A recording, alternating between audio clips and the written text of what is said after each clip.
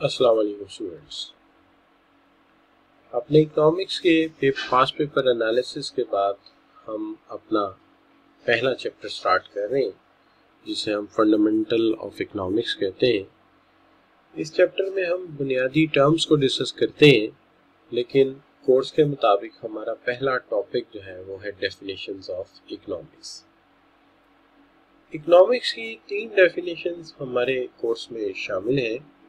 सबसे पहली डेफिनेशन जो है वो कहती है कि वेल्थ को स्टडी करना ही इकोनॉमिक्स है। ये जो डेफिनेशन है ये हमें दी है एडम स्मिथ ने।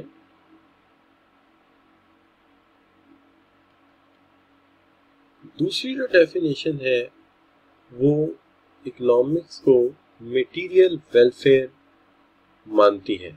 ये हमें दी है एल्फ्रेड मार्शल ने।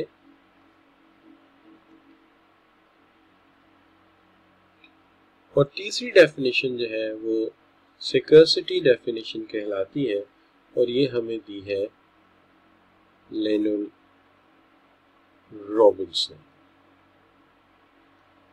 ये 3 डेफिनेशन जो है हमारे कोर्स का हिस्सा है। तो आइए शुरू करते हैं। सबसे पहली डेफिनेशन एडम स्मिथ के हवाले से बात करते हैं।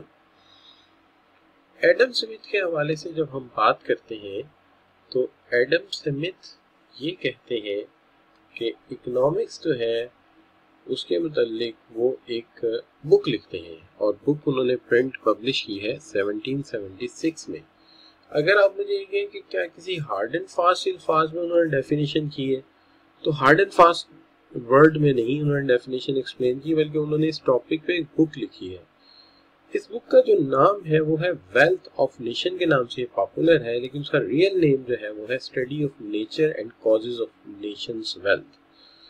तो देखिए, अगर आप मुख्तसरन देखें तो किताब का नाम कुछ यूं रखा गया है कि मुतालिया है नेचर का और कॉजेज ऑफ नेशंस वेल्थ, एक कौम की आमदनी का और उसके नेचर का मुतालिया। तो इसको अगर आप देखें कि उन्होंने डेफिनेशन क्या दी है, तो उन्होंने जो डेफिनेशन दी है वो ये दी है कि economics is simply as the study of wealth. Economics simply जो है वो स्टडी ऑफ वेल्थ है।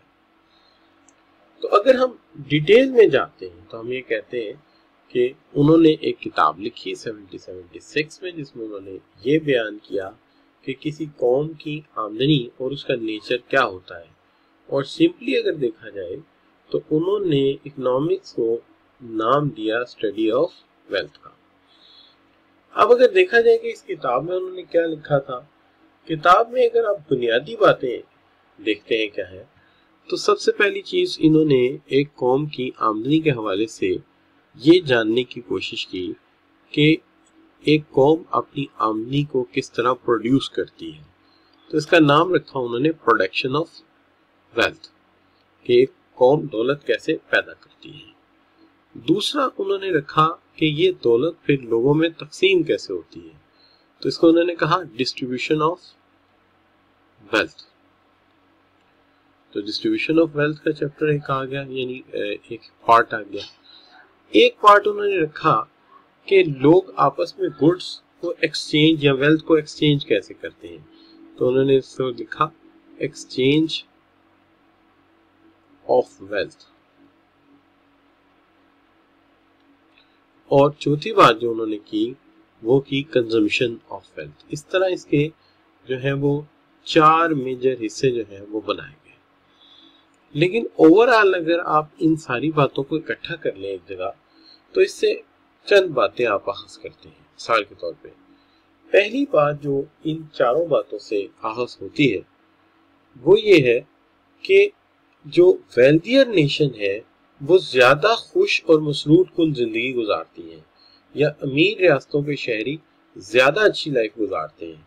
तो एडम स्मिथ इस बात पर गौर करते हैं कि ऐसा क्यों है कि wealthier nations become happier are its citizens. तो उसके शहरी जो है वो ज्यादा खुशकुल और मसरूर कुल जिंदगी गुजारते हैं, क्योंकि अमीर रियासतें अपने शहरियों को ज्यादा सहूलियात और ज्यादा कुछ प्रोवाइड कर सकती हैं। ये ऐसा ही फर्क है जैसे कि एक गरीब रियासत जो है वो एक गरीब माँ बाप की तरह होती है, ना अच्छी खुराक दे सकती है, ना अच्छा लिबास दे सकती है, ना अच्छी तालीम दे सकती है। लेकिन जो अमीर वालिदैन हैं वो अपने बच्चों के लिए बहुत कुछ अजाफी कर सकते हैं। मेरा यहाँ ये मतलब नहीं कि कोई गरीब वालिदैन नहीं करते, they try their level best, but अगर बिल्कुल ही हालात खराब हो तो वो अपनी तरफ से बेस्ट भी करें तो ज्यादा प्रोवाइड नहीं कर पाते। इसी तरह गरीब रियासतें अपने शहरियों के लिए कुछ ज्यादा नहीं कर पाती और अमीर रियासतें उन्हें सेहत की सहूलियात और बहुत कुछ कर पाती हैं।